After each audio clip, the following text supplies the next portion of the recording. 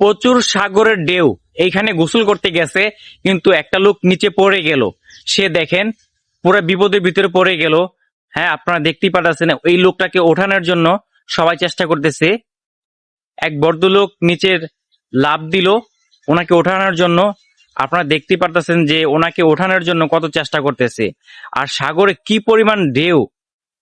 এইখানে গোসল করতে গেলে খুবই সাবধানে যাওয়া দরকার ছিল না ভাই? আপনারা বলেন। দেখতেছেন, দেখেন ওনাকে ওঠানোর খুবই চেষ্টা করতেছে কিন্তু পারতেছে না। এক একজন করে নামছে, অনেকজন নিচে নামছে। আর ঢেউ দেখছেন, প্রচুর পরিমাণ ঢেউ কিন্তু হচ্ছে। এই ঢেউয়ে ওনাকে ওঠাতেই পারতেছে না আর কি। আপনারা দেখতেই পারতেছেন, দেখেন কিভাবে ওনাকে ওঠানোর চেষ্টা করতেছে সবাই। এই ভিডিওটা দেখে আমার কাছে খুবই খারাপ লাগছে। এইসব জায়গায় গোসল করতে গেলে সেফটি ব্যবহার করা লাগে, তারপরে কিন্তু এইসব জায়গায় যাওয়া লাগে। আপনারা দেখতেই পারতেছেন, অবশেষে ওনাকে উঠাইলো, সবাই উঠে গেল। কিন্তু এইসব জায়গায় গেলে সবসময় সেফটি ব্যবহার করবেন।